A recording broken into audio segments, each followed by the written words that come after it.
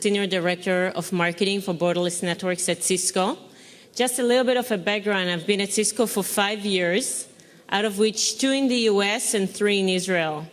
And I continue to do the same role that I've done in the US, just here from Israel. So nobody really knows that I'm here because my entire team is over there. And I've dog-fooded, or if you're familiar with that terminology, almost every Cisco technology to enable me to be here, but actually work from there. So I'm here to talk about the Cisco Intelligent Network and really the vision that we bring behind it. There are 13 billion connected devices to the network today. If you divide that by the world population, we're talking about roughly 2 connected devices per person on Earth. If you think that's a lot, you have to hear the results of the survey we just ran across 2,800 professionals in 14 countries. And when we talked to those professionals, 3/4 of them said that they're going to carry more than 3 mobile devices to work. They expect to connect to work from those mobile devices and use social media applications while they're at work. In fact, more than half of them said they would rather lose their wallet than lose their smartphone. So no surprising, by the year 2020, analysts predict there will be 50 billion devices connected to the network. Most of them will be mobile. That means roughly 6 devices per person. Do you have enough pockets? Probably not. So we can expect convergence to happen. What is that convergence going to look like? Nobody really knows. Some people think it's going to be the smartphones, but did you try to read a Kindle book on your smartphone? I refuse to wear reading glasses. So I tried the other best option, the tablet. You can do more things with the tablet form factor, but you can't do everything you do with your PC. So probably that's not going to be the converged device. There will be something else. What is that something else? We don't really know.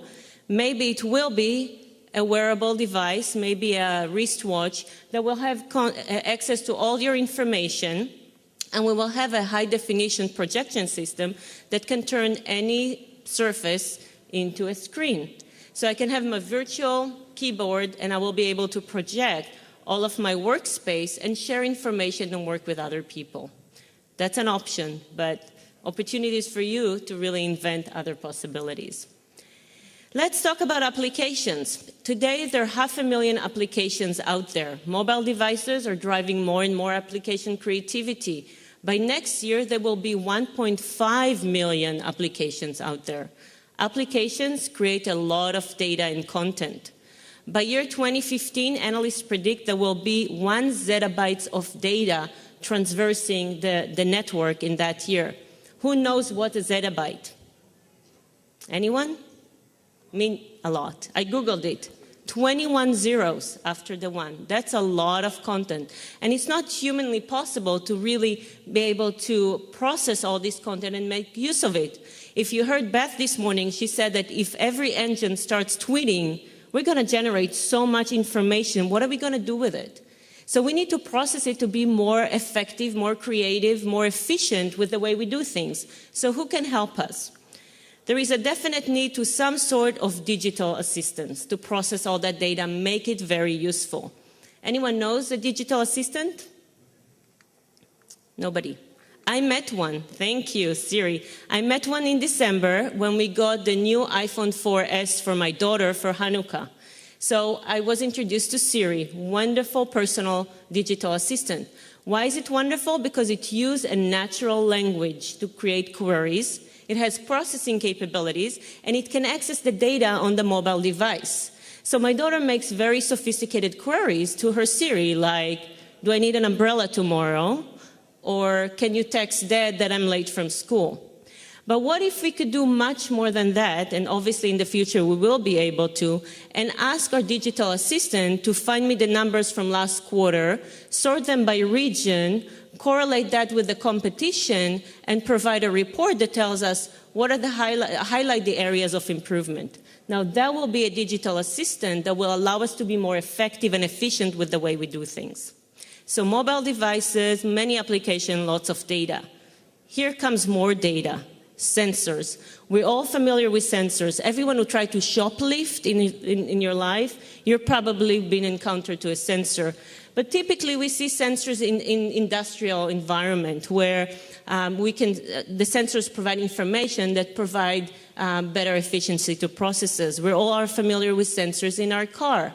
For example, the ability to get the sensors from the tires to know what is the air pressure. Very boring.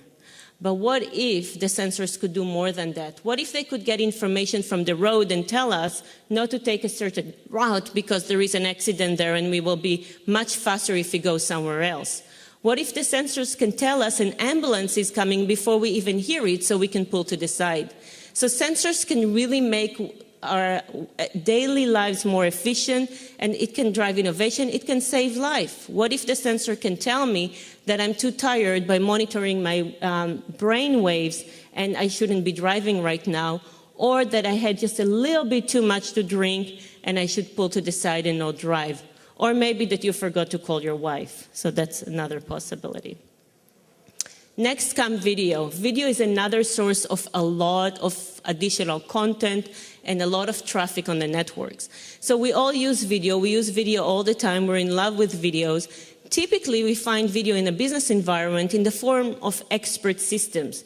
Cisco is just rolling out a telehealth application in India where people can walk into a healthcare kiosk, walk and see a physician on video and be able to get a healthcare service that is that accessible.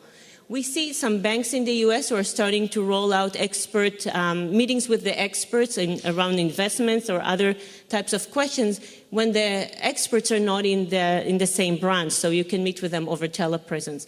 We're starting to see a lot of that.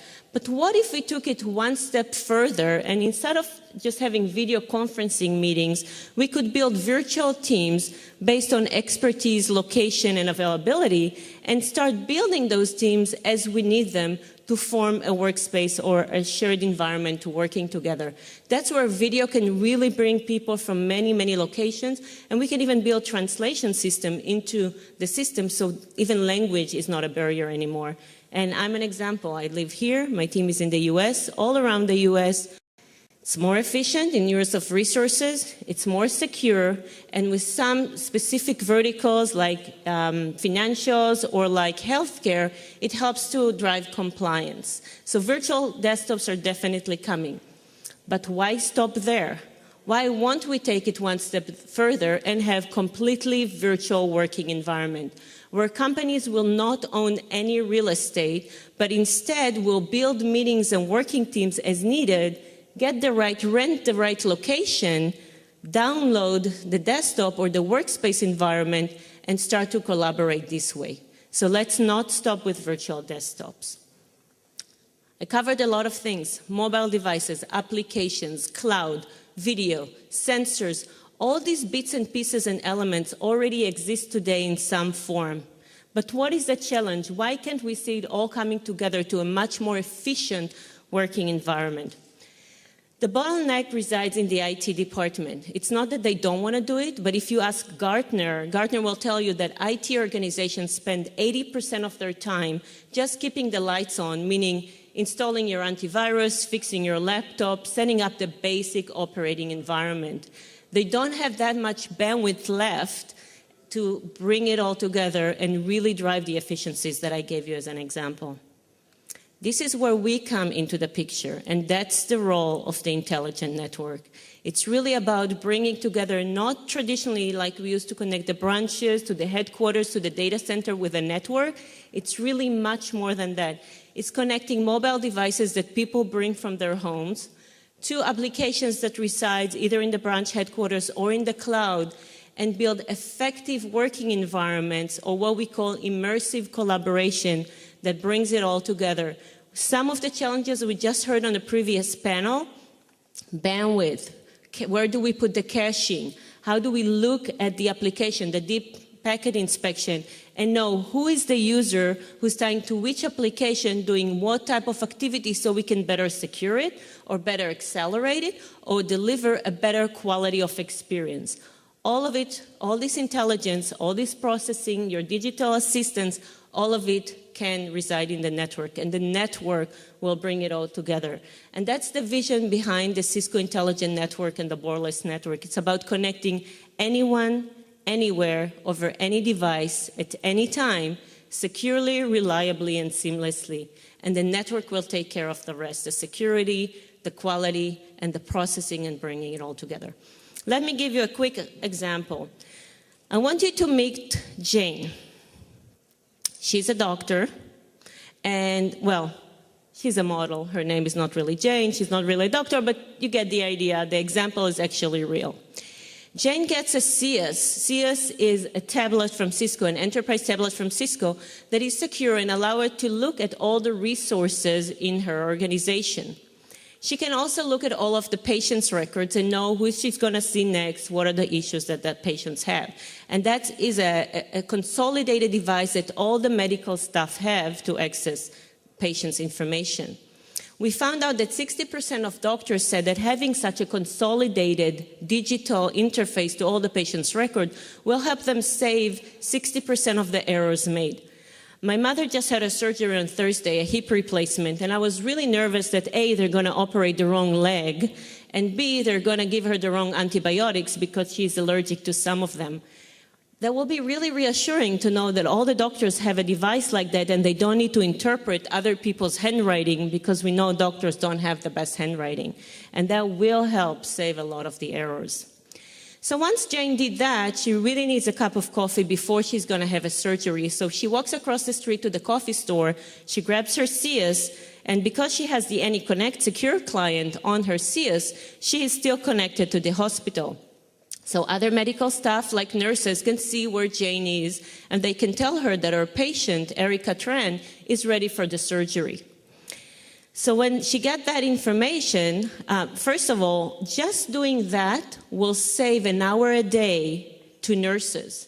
Nurses spend an hour a day on average, 80% of the times, to just look for where is the doctor. How many times have you visited someone in the hospital and you asked for the doctor and the nurse said, let me go find him? If the doctor had a tablet and it was that easy to reach, a lot of time would be spared. So then Jane reaches out to the CS. She checks where is the nearest wheelchair so the nurse can take her patient to the operating room. Again, did you ever try to find a wheelchair for a patient in a hospital? Mission impossible.